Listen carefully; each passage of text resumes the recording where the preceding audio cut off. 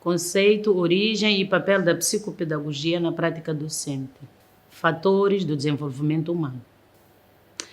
No desenvolvimento humano, intervêm fatores biológicos ou hereditários, assim como fatores ambientais, externos, os quais fazem com que cada pessoa seja única, mesmo que dois ou mais sujeitos tenham nascido do mesmo pai e mãe, inclusive mesmo sendo gêmeos.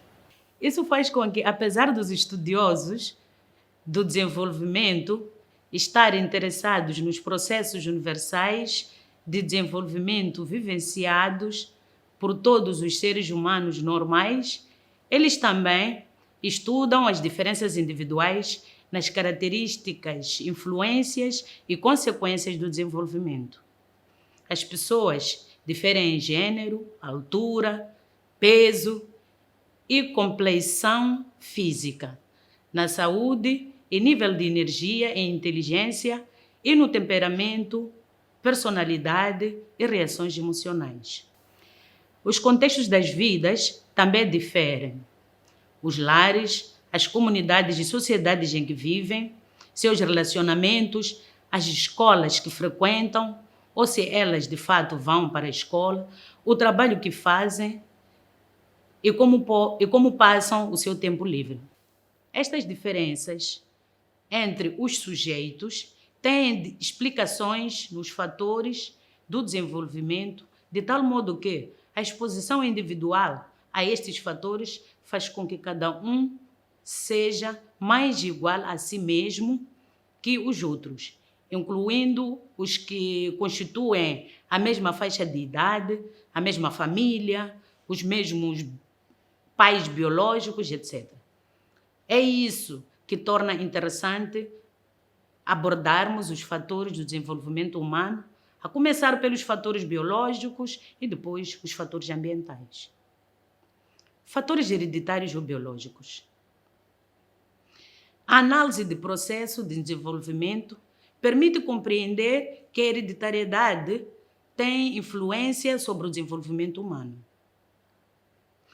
Muitas mudanças típicas da primeira e da segunda infância, como a capacidade de andar e falar, estão vinculadas à maturação do corpo e do cérebro.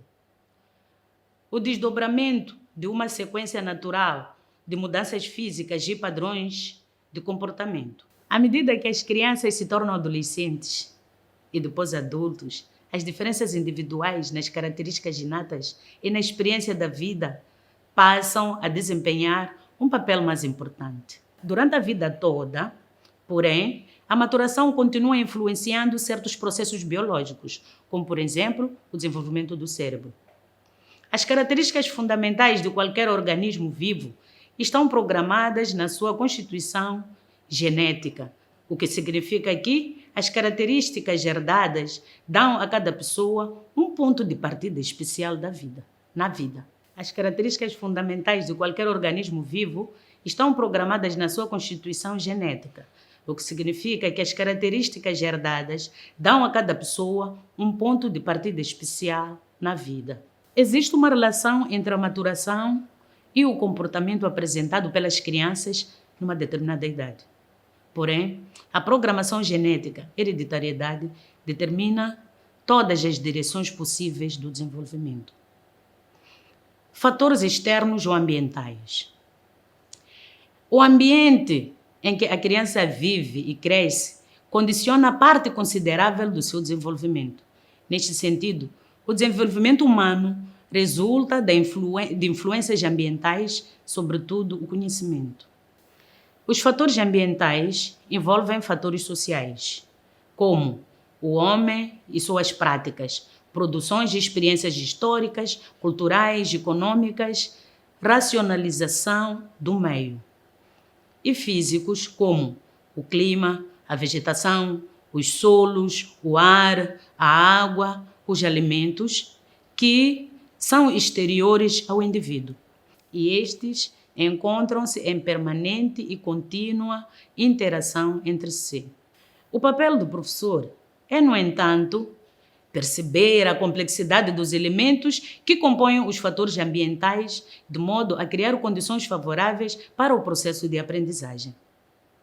Nesta lógica, há a destacar para o professor, por exemplo, 3 fatores ambientais significativos, nomeadamente: o meio socioeconômico da família.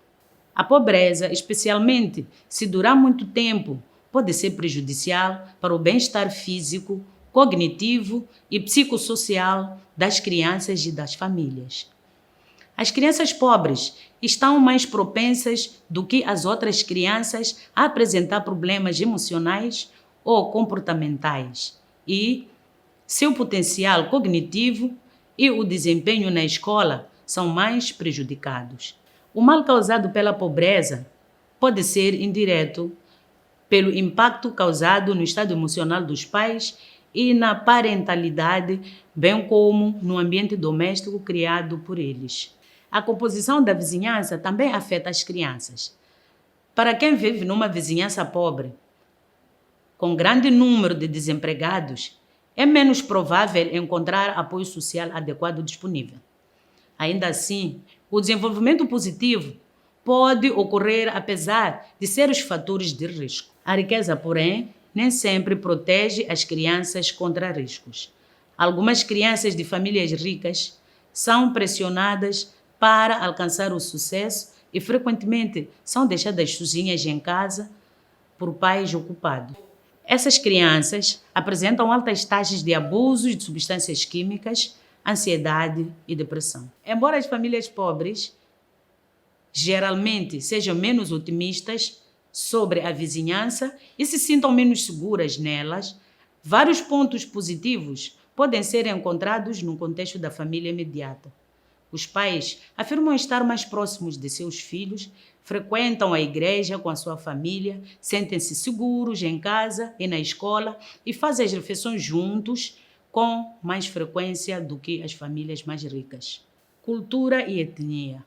Os padrões étnicos e culturais afetam o desenvolvimento pela sua influência na composição de uma família, nos recursos econômicos e sociais, no modo como os seus membros agem em relação uns aos outros, nos alimentos que comem, nos jogos e nas brincadeiras das crianças, no modo como aprendem, no aproveitamento escolar, nas profissões escolhidas pelos adultos e na maneira como os membros da família pensam e percebem o mundo. Por exemplo, nos Estados Unidos, os filhos de imigrantes têm uma probabilidade quase 2 vezes maior de viver em famílias extensas do que as crianças nascidas naquele país, e uma probabilidade menor de que suas mães trabalhem fora do domicílio. Para uma abordagem integral dos fatores de desenvolvimento humano, há a necessidade de considerar o homem como um ser biosocial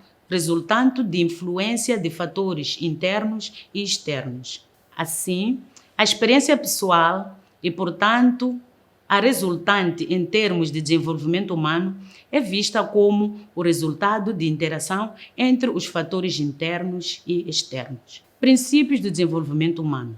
No que concerne aos princípios gerais de desenvolvimento humano, destacam-se: o crescimento e as mudanças no comportamento são ordenados e, na maior parte das vezes, ocorrem em sequências invariáveis.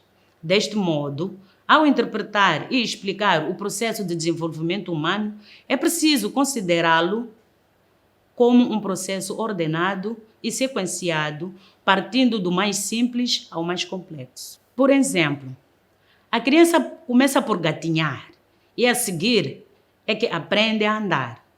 Na aprendizagem de escrita, a criança começa por fazer garatuchos e depois as letras e ou desenhos legíveis. O desenvolvimento é padronizado e contínuo, mas nem sempre uniforme e gradual. Quer dizer, salienta-se a necessidade de olhar para o desenvolvimento humano nas características específicas de cada etapa, estágios, e que as manifestações específicas são integradas, mas nem sempre sucedem da mesma forma, havendo momentos em que o processo do desenvolvimento é normal e outros em que é acelerado ou retardado. Na base destes princípios, vale a pena lembrar que o professor habilidoso deve observá-lo no seu ensino. Neste sentido, a partir do primeiro princípio, o professor deve, por exemplo, ter competências adequadas para na progressão das aprendizagens dos alunos, a partir do simples para o complexo, do conhecido para o desconhecido, bem como do que se designa de nível inicial, do nível das capacidades atuais para o nível do desenvolvimento próximo. De contrário, nada adianta insistir no aluno a aprender algo que ultrapassa as suas capacidades atuais. Também pode entender-se que quanto mais o aluno estiver afastado do nível de base exigido para a aprendizagem, o professor precisará de fornecer muito maior apoio, encorajamento e estímulos para conseguir que o aluno progrida de forma mais segura e satisfatória, o que significa que esta nova aprendizagem se encontra mais distante do nível inicial do aluno. Quanto ao segundo princípio, fica evidente que os professores precisam compreender que a progressão contínua e linear nem sempre ocorre no aluno. Eles devem prestar atenção sobre eventuais sinais de bloqueio na aprendizagem dos alunos. Devem ainda servir-se permanentemente dos saberes já aprendidos, numa base cíclica de vai-vem, para tornar mais provável a mobilização do potencial do aluno para aprender os conteúdos que se vão sucedendo conforme a programação didática. Para terminar, o outro aspecto relevante ao abordar o desenvolvimento humano é a idade do desenvolvimento dividida em duas partes. A idade biológica refere-se à idade do sistema do corpo de um indivíduo pronto para desempenhar a sua função natural.